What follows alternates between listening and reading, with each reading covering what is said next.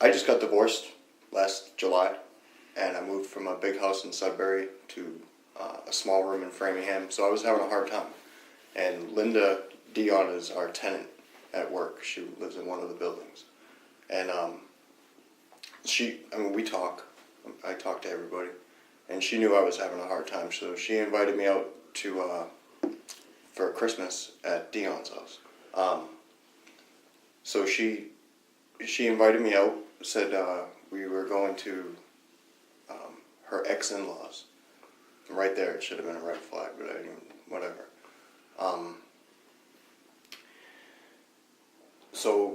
And that was like 3 weeks before Christmas.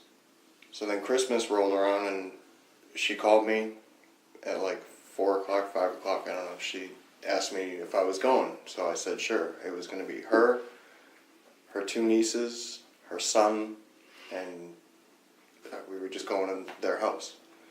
So I ended up going over her house beforehand. Excuse me. And she was going to drive because I don't drink and drive. And she was all about come have a few drinks, relax, get out of your house, whatever. So I got to her house and we all took her car over to Dion's house. I didn't know these people. I didn't know where we were going. I just knew we were going to some family gathering. Which Dion's house did you go to? Endicott Street. Okay, in Ashland. Okay. She lives in Marlboro. So we got there, and it was her 2 nieces, and me that took her car. And we got there. Her son was there. His son's girlfriend was there. Their mother was there, and they had some other friends. And she had told me, her brother-in-law is a cop. Everybody's nice. I'll get along with the mother and everything. So we had a really cool night. It was awesome. It was a family Christmas thing. And over the course of the night, her son was starting to get belligerent. He was drinking. He was just starting to get loud or whatever. And I don't know, it didn't seem like he really liked me, but we had a really good time. So over the course of the night, he was getting mad that his uncles weren't coming home to see him because he was here from Pennsylvania with his new fiance or whatever it was. So we were going to go to the VFW to go see him. I just wanted to go home because I had to work the next day. But whatever, we decided to go to the VFW, so we all go down there, and when I walked in, there was one group of guys off, I don't know if do you know what the DV, there was one group of guys on the left, and the whole right was empty, and the whole place was empty. They were the only ones there. So we all went in, we went to the right, and I was just minding my own business. I was ready to go home. I didn't,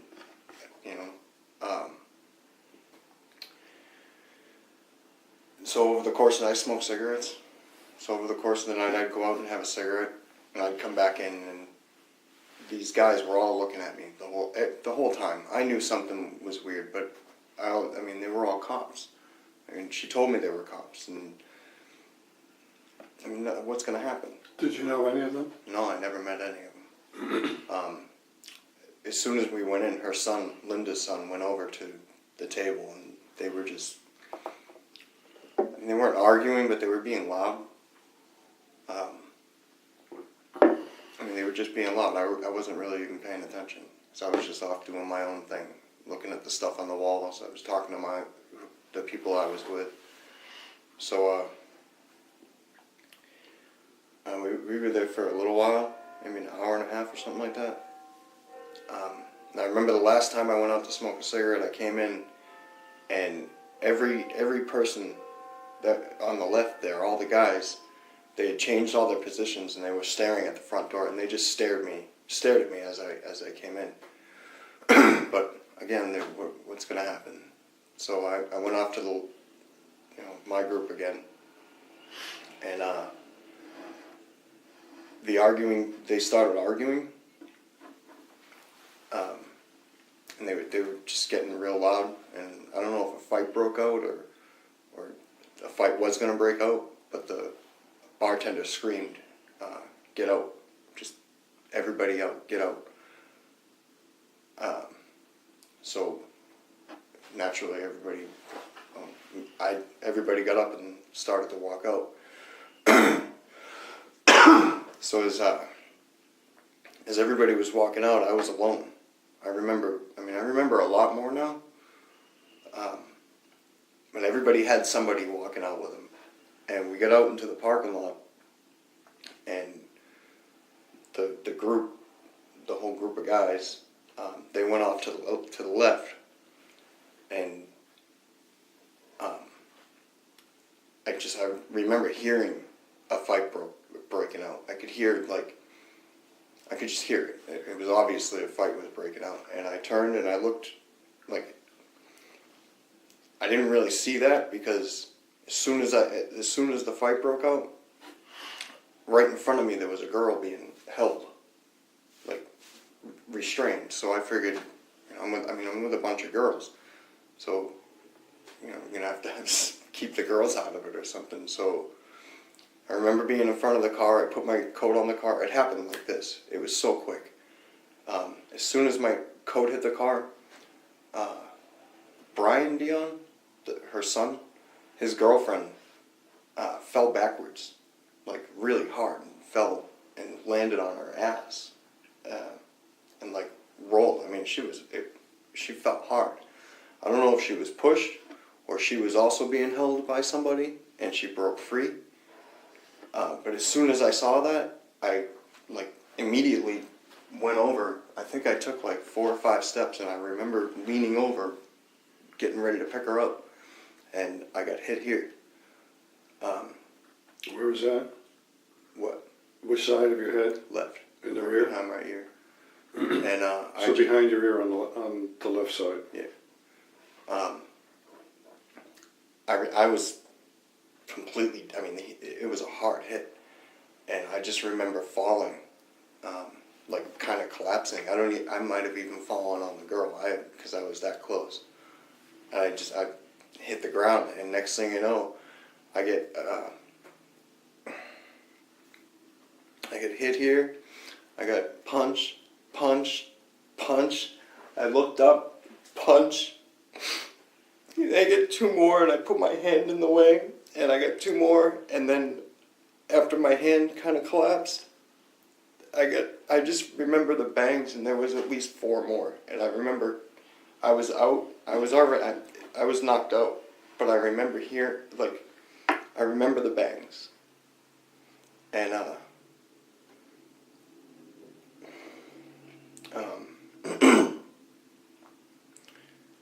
so I was knocked out. I don't know what happened after that, but I remember. I don't remember getting to my feet, but I remember being on my feet, and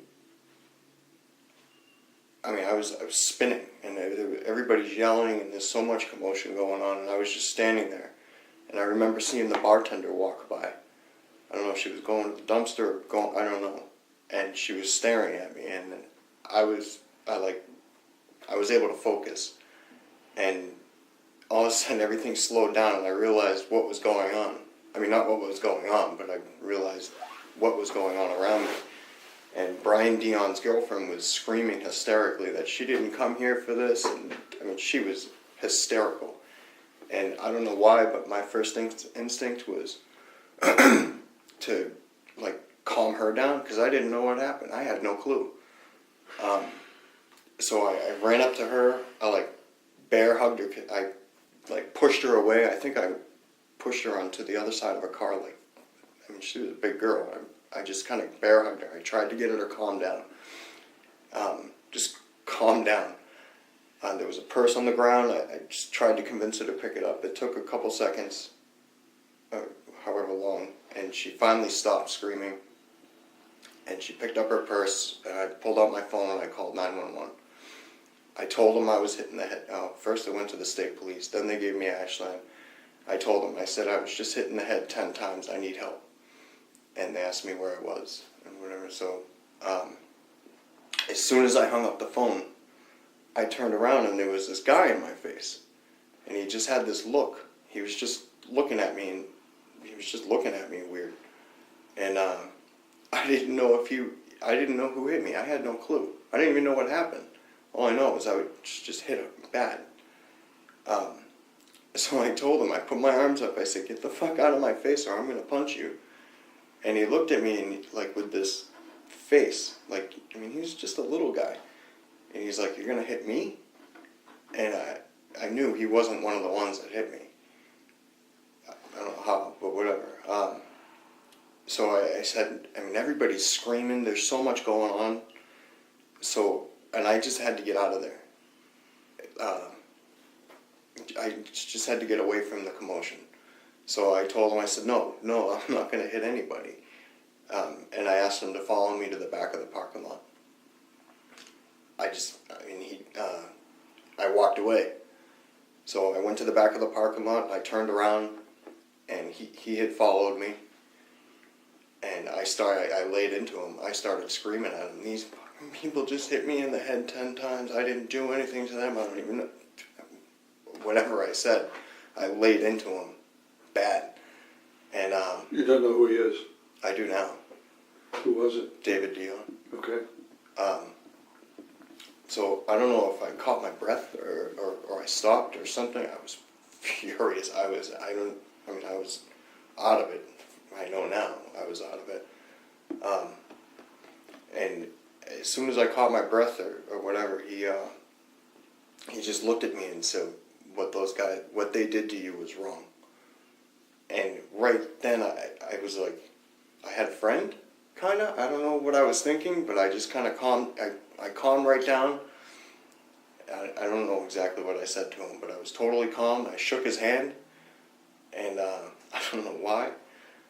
And as soon as that was over, the furiousness, whatever it is, came back, and I immediately started going back towards the group. I remember walking away. When I walked away to the back of the parking lot, a cruiser had pulled in. I mean, he almost hit me. So when I was walking back, after I had talked to David, I was walking back. I had a little ways to go back to everybody. I saw the group of guys. They would now be on my right. There was a uniform with them, a cop. And Linda, she was right. I mean, I had this much time to process what was going on. She was sitting there screaming at these guys, pointing the finger, screaming at them, and just screaming. And these guys, they were all laughing. I mean, they were laughing.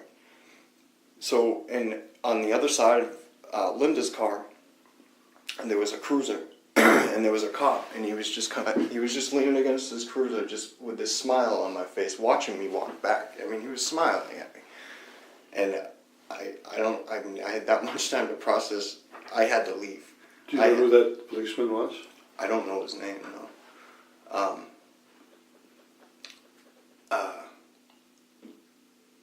So I knew I had to get out of there. So I went straight up to Linda, and I remember seeing her keys. She had this thing. So I ripped the keys out of her hand, and I said, give me the fucking keys, I'm driving. And I don't drink and drive.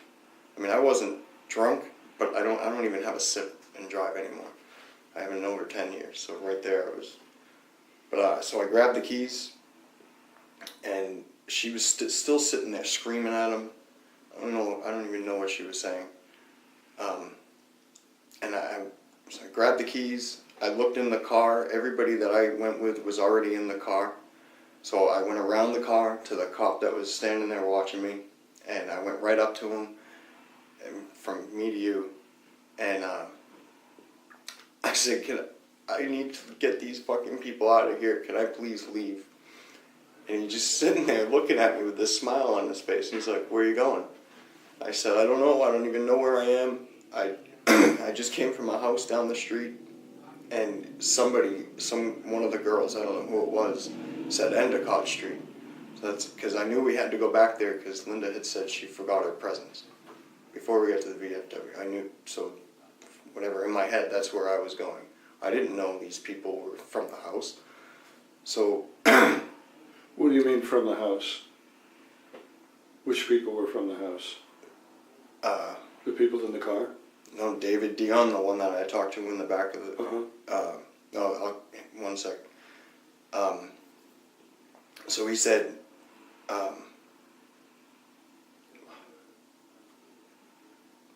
what was I? So he said, the cop. So he said, yeah, I can go. And Linda was still on the other side of the car screaming at this group. And they're still, it was like they were trying to overtalk her. But they were just, it was conversation. They were laughing. It was just crazy. So anyway, he said I could leave. I got in the car. And Linda was still screaming, so I got up on the car, like on the thing. I looked over the roof. I said, Linda, these fucking people just hit me in the head 10 times. I need to get the fuck in the car so I can get the fuck out of here. And I screamed it.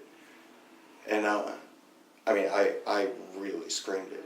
And she instantly stopped, said okay, and she got in the car.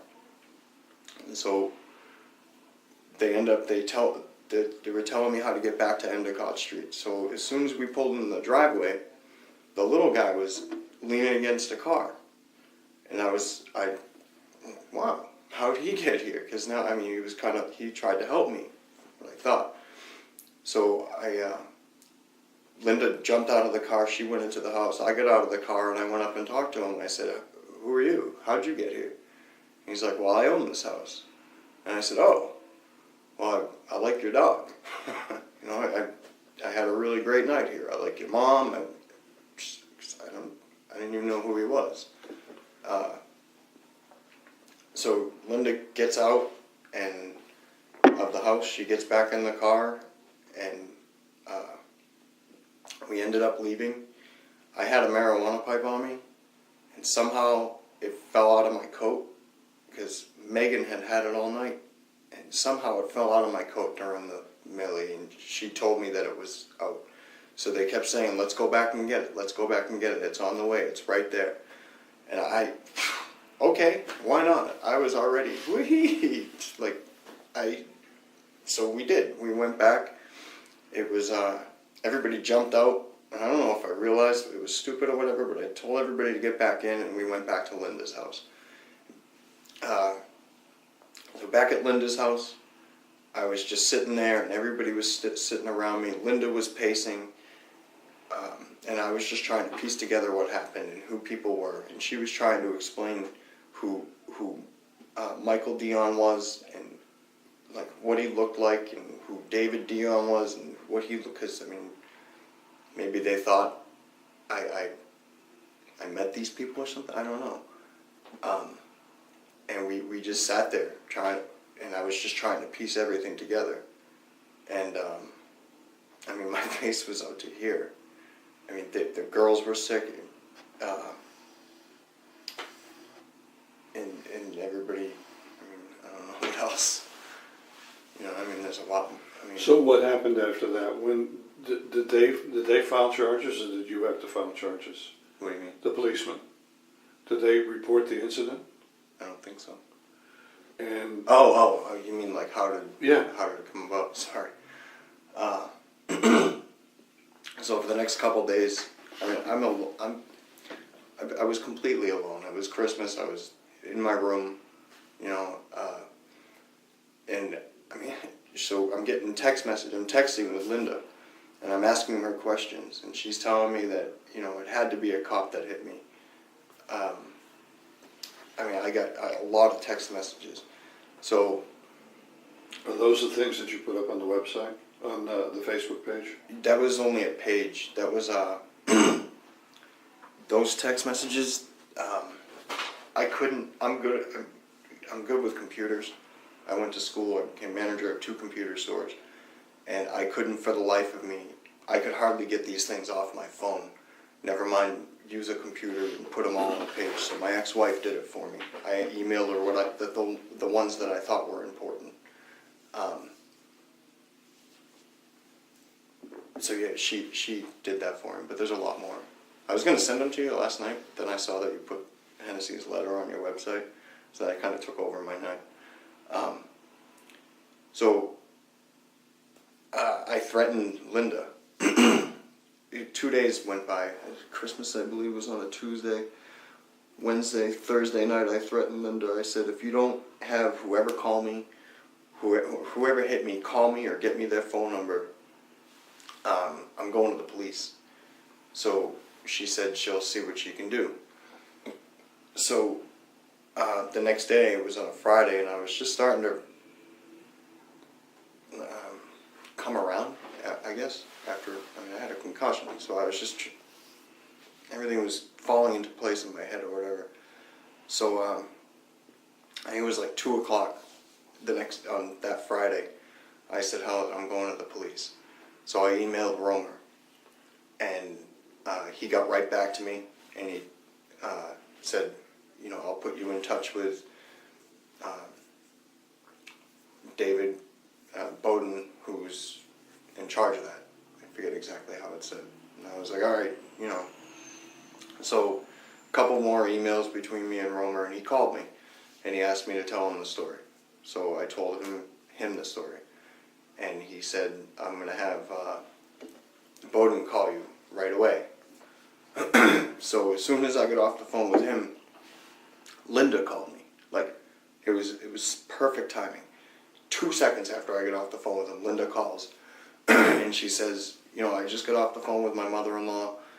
She thought you were a really nice boy, and you helped clean up, and this, that, and the other thing. Anyways, I got you a phone number. Michael, he really wants to talk to you. Give him a call. And she gave me his phone number. Michael who? Dion. So, as soon as I get off the phone with her, Bowden calls me, and I told him the story. And the only thing that changed, and I told him, I said, look, I did my own thing last night. I got a phone number, I got a name, and he wanted the name, and I said I didn't trust him. And he said, well, I'm the one that investigates this stuff. So, and I said, you're right, I have to trust you. So I gave him Dion's name, and his phone number. And he said that he was going to do some background, and he would get back to me on Monday. Monday would have been the last day in the year. It was like New Year's Eve. He was leaving for Aruba. So I met him in the parking lot over at Stop and Shop on Temple Street. And we were talking, I told him the whole story. I showed him a couple of the text messages on my phone, and he let me hear the 911 call, and that's when I realized that I told them that I was hit in the head. I didn't know I had said that. And I asked him if there was any police reports, and he said no, but he ordered the responding officers to write them.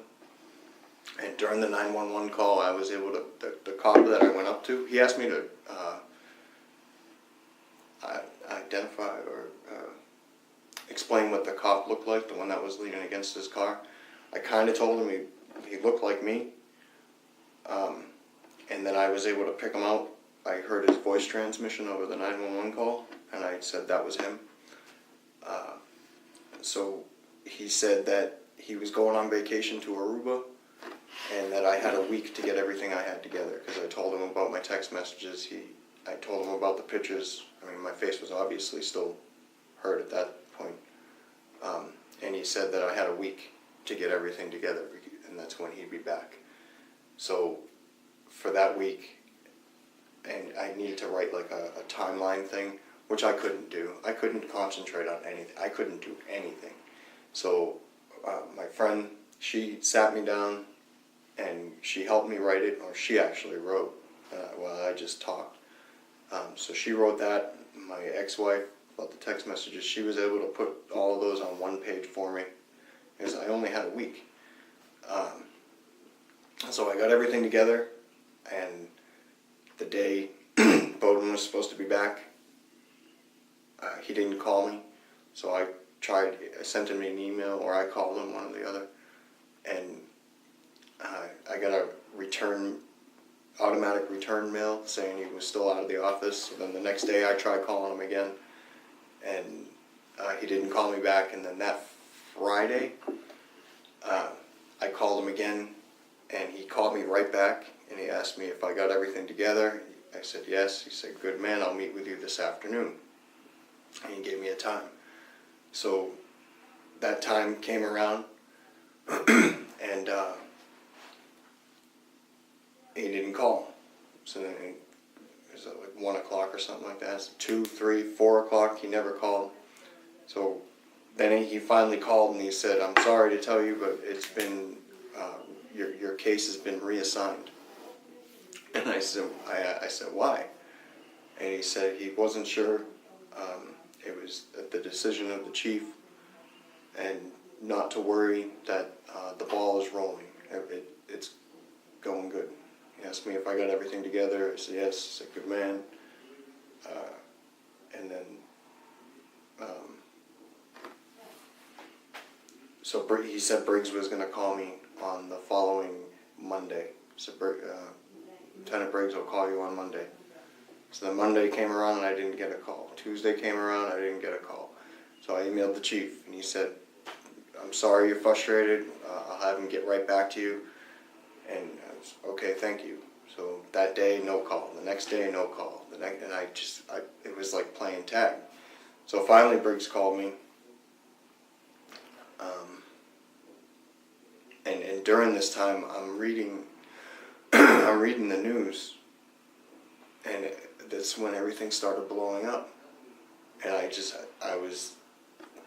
couldn't believe it, and I didn't know. I mean, I started reading about the sex thing with Bowden, and I had no clue. I thought it was something that happened before Christmas. You know, and I was all I had was the internet, so I was all over the internet looking at stuff about Ashland. I was looking for pictures. I was looking for anything. And so then that's how I started reading all this stuff, and then it just all blew up from there.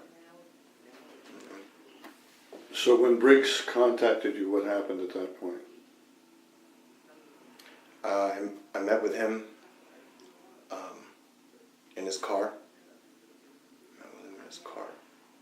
At the same place over on Temple Street. I told him the story.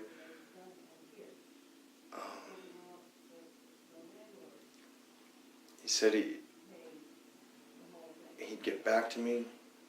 I forget. I'd have to look at my emails to know exactly what. That's okay. Did anything come of that meeting? No. No. He said. I don't know how we ended. I think I just gave him my story, and that was that. And I remember in my emails and everything, I know I'm supposed to give a recorded statement. Bowden told me I was going to have to, and I was pretty much begging to do that. I was begging for it, and they just wouldn't do it. And then, at this point, I didn't know all the political crap that was going on. I had no idea. How long did that go on? Where they wouldn't take your statement? January. Months? Yes. I'd have to look at my emails. But yeah, it was January, February. It was the end of February. Okay. I think. Anything happened after that? No. No. Did you have any other interviews between then and when you got to know? You never talked with the temporary chief, or you never talked again with Briggs? No. Well, I emailed Briggs asking him, because now I'm on the internet and I'm reading all the reports that are coming out, and who's friends with who and what's going on. I was engulfed in this stuff. I know more about Ashland than I want to, but yeah, I've read every single report, everything, and I kept asking him, I know you guys are all friends, please tell me you're doing something. But Chief Doherty, in Joe's letter, I thought I read that Chief Doherty had met with you. That never happened? No, I don't think he said that. Okay. Did you ever meet with the town manager? No, I called Purcell. I called him because after Dave told me that it was reassigned, and everybody I talked to, that was their first answer was, why was it reassigned? You don't do that. So that was like a red flag for me. So when nobody would talk to me, I was ready, I was willing, I had pictures, I had everything. I sat in my room and because I only had a week, I thought I'd be surrounded by people. So I made little pamphlets for everybody, copies of everything. And Do you still have that stuff? I still have it, but I don't have the ones that I made. I think I've given them away.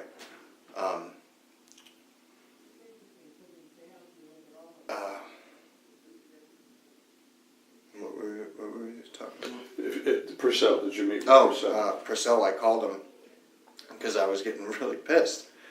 And I told him the story, and I told him the name, Dion, the name I had, phone number. And I asked him if I could have somebody from the outside come and meet, sit with this guy, anybody. And he said he couldn't meet with me, and he couldn't sit in on it, or he couldn't have anything to do with it, but he'd send my concerns, I believe he said, to Chief Romer. And then Romer got back to me again, and I apologized for going to Purcell, but no, I never met with anybody. Nobody. So between when you finally, that first meeting with Briggs in the car at Temple Street, until your case was dismissed, or the finding of no finding was issued, you never had any interaction with any of our police or with the temporary chief that we had, Doherty? No. So Doherty never called you? No. Briggs never called you again? He called me because I got an email right after the chief got let go. I believe it was on April 3rd. I got an email from him saying that asking me if I still wished to have it looked into. And I wrote back, I said, what? And he, I don't understand. What are you talking about? And he says, as you know, we've had a change in leadership here at the police station, and I'm just wondering if you still want your matter looked into. And I wrote him back a pretty nasty email. And at the end of it, he just said, trust me that there's been an ongoing investigation, and it's ongoing, and it will be continued. So I said, thank you. That was the end of it? That was the end of it. And he called me. That was about the same time that Romer was replaced? It's right afterwards, because Romer got let go on April 1st. Right. It was like a horrible April Fool's joke. So yeah, that was after that. And he called me, he emailed me after that, I forget when, it was probably a couple weeks later, and he said that he asked me for Linda Dion's address because she wasn't calling, she hasn't returned his phone calls. So, I gave him the address, and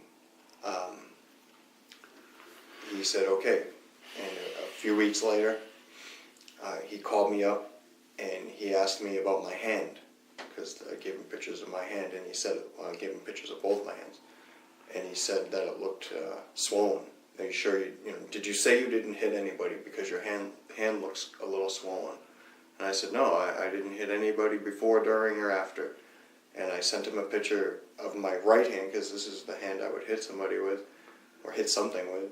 And I thought because of the way it was angled or something, maybe it looked swollen. I didn't realize, I think he was talking about this hand. I got 2 puncture wounds. They were perfect holes. I mean, from when I put my hand up. I remember the two hits, and I think he was talking about that because then he said, oh, maybe you fell on your hand.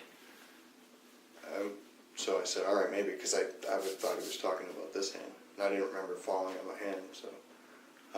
And then he asked me about the pot pipe that I had, and he said, why didn't you tell me that? I mean, there was a few reasons I didn't tell him that, but I didn't tell him. And that was it. That was the last phone call I had. It was like a 30-second phone call, if that. So you're waiting and waiting until you find out by chance that it's been dismissed, or I got July 1st came. July came around. I emailed him a few more times in July because now I was just getting really pissed, and he ended up getting back to me, and he said, "What's your mailing address?" And I think this was on like July 17th or 18th. I don't know the date. So I didn't want to give him my address. I didn't want to give him anything else. So I said, whatever you. I asked him, like, did Dion ever say why he gave me his number or what he would have said? Or I asked him a couple of questions. It was a pretty harsh email, and I said, whatever you have for me, I'll pick it up at the police station. So later on that day, he got back to me and he said, I left a letter for you at the front desk of the police station. So I went to the police station and got it, and it was just a simple 2-line letter that said it's been closed due to no evidence. And it was dated on July 1st with my name and Linda's address. And attached to it was, if you send something, it gets returned to sender, they stamp it with that. They actually photocopied the original return to sender thing, took the letter out of the envelope, stapled the photocopy of the return to sender thing to the note, folded it up and put it in an envelope with just my name on it, and they gave it to me like that. And it's just, I mean, I don't understand that. I don't understand that. do you know if Michael Dion was there that evening with you at the VFW? We went there to see him. Oh, so you think he was there, but you don't know him? I never met anybody. Okay. I stayed off to myself. I was doing my own thing, just waiting to leave. And you have no idea who hit you? No. What is it that you want to find out of all of this? Who hit me? Who hit me? Whoever hit me needs help. That was bad. I mean, my head every day, it's horrible. I mean, obviously it's much better now. But no, my head, it's stuffy. I can't look at lights. It's just bad. It's bad. I'm lucky I still have a job. I'm very lucky I still have a job. But they saw me the next morning and they know, and they know. Who is they? My work. My boss. I work for a small company, a couple of rich people, very rich people. And they saw They saw me that next the morning. damage that had been done to you? Yeah. Okay. Is there anything else you think you need to add to this? I don't know. So your objective is to just find out who it is? I want to find out who hit me. I And- don't care if I asked David, I asked them all, please tell me it wasn't a cop. If it wasn't a cop, fine, great. If it was, sorry. But whoever hit me that many times after hitting me from behind, I went to the hospital a couple days later, I think that Sunday, just for my head. And the doctor told me to take off my clothes. So I told him, I said, I'm just here for my head. He told me to take off my clothes. He found bruising all over my sides. And I knew I felt like I had been hit by a car, or in a car accident, the next day where you're all... So I thought I was just because I fell or something. But no, he found bruises all over me. So unless they hit me in my side, they kicked me while I was down.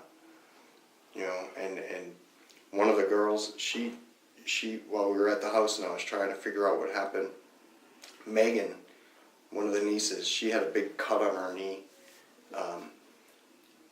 Brian, he came out, cause I kept saying, I can't believe I was hit by a cop, because they were all telling me that I was hit by a cop. And I remember saying that, and then Brian came out from around the corner, and he had blood all over his finger, and he said, I can't believe I was just bit by a cop, because I think he was the one that started the fight. And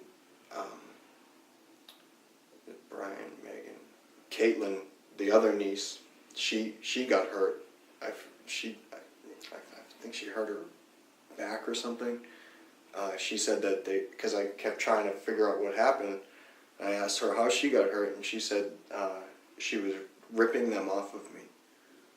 So I mean, there were a couple people beating on me, you know. And I don't even care about the kicks or whatever, because I don't remember it. But whoever hit me in my head those 10 times or 9 times, that's just bad. It's just bad. I mean, it's just bad. And I don't know exactly what it does to your head, but it's not good. Never had a concussion. Thank you. Thank you.